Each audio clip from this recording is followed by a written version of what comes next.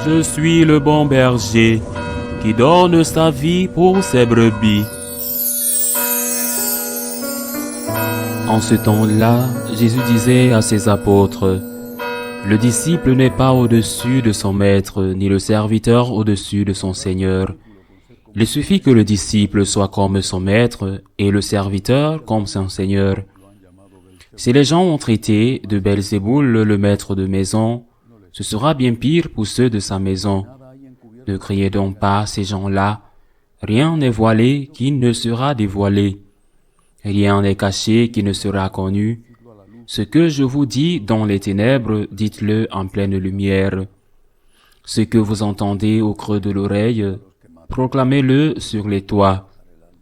Ne craignez pas ceux qui tuent le corps sans pouvoir tuer l'âme, mais craignez plutôt celui qui peut faire périr dans la géhenne l'âme aussi bien que le corps. Deux moineaux ne sont-ils pas vendus pour un sou? Or, pas un seul ne tombe à terre, sans que votre Père le veuille.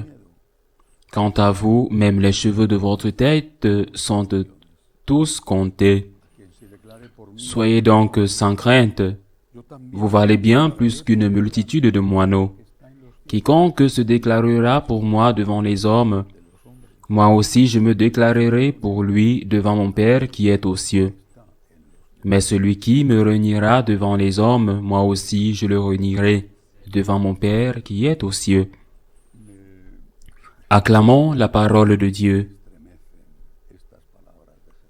Ces paroles de Jésus me consolent et m'ébranlent. Elles me consolent parce que je veux me sentir identifié à elle et béni par elle. Celui qui se déclare pour moi devant les hommes, je me déclarerai pour lui devant le Père qui est aux cieux. Le Seigneur l'a promis et l'a fait. Par exemple, Saint Dimas, le premier saint canonisé et le seul saint canonisé dans la vie est par Jésus-Christ lui-même. Après l'avoir défendu, Jésus lui dit, « Je t'assure qu'aujourd'hui tu seras avec moi dans le paradis. » Défendre Jésus, le défendre avec amour, sans violence, sans insulte, mais avec courage. Parce que le courage n'est pas en contradiction avec la prudence ou la charité. Défendre Jésus est notre devoir et notre droit. C'est notre devoir d'amour pour lui et c'est notre droit en tant qu'être humain libre. Libre dans la société et libre dans l'Église. Et défendre Jésus fait partie de l'ADN qu'un catholique doit avoir. Défendre Jésus et défendre la Vierge fait partie de notre nature. Je suis ébranlé par ce message de Jésus, car non seulement il dit que quiconque se déclare pour lui devant les hommes, il se déclarera pour cette personne devant le Père. Mais il dit le contraire. Je ne sais pas parce que je ne peux pas savoir et que seul Dieu peut savoir. Quel sera le jugement de ceux qui vendent le Christ, de ceux qui essayent d'être gentils, de le plaire au monde,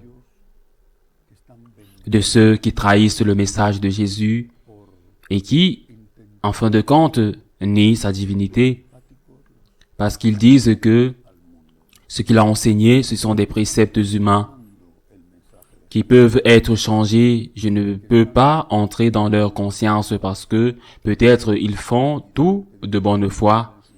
Jésus dit aussi à une occasion, il dit à ses apôtres qu'ils les amèneront au tribunal et ils croiront avec cela.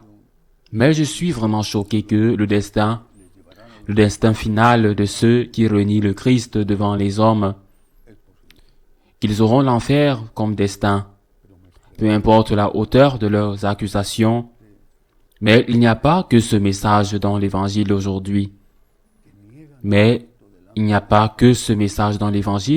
En fait, l'Évangile d'aujourd'hui est un texte qui vise à nous enlever la peur. N'ayez pas peur. N'ayez pas peur. Qu'est-ce qui peut arriver? Sachant qu'il y a la vie éternelle, que peut-il arriver?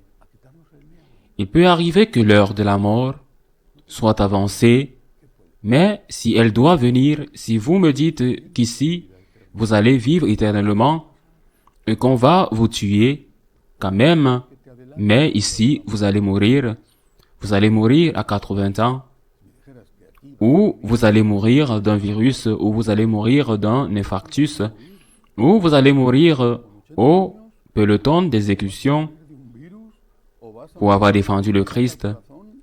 Mais à la fin, c'est une question d'un peu plus ou d'un peu moins de temps. N'ayez pas peur, dit Jésus, et vous ne devriez même pas avoir peur de ceux qui vous insultent, de ceux qui vous enlèvent votre honneur. N'ont-ils pas enlevé l'honneur du Christ? C'est ce qu'il dit dans l'Évangile aujourd'hui. Il dit, si le maître de maison a été appelé Belzéboul, combien plus les serviteurs? Jésus a été appelé démon, combien plus nous? Les nazis et Staline avaient le même principe. Ils disaient, face à un rival, à une opposition, la première chose à faire est d'essayer de l'acheter, c'est-à-dire d'essayer de le corrompre. S'il ne veut pas être corrompu, s'il ne veut pas se vendre, alors ce qu'il faut faire, c'est le détruire moralement. En marchant ou en cherchant quelque chose qui ne va pas chez lui, ou en l'inventant si on ne le trouve pas.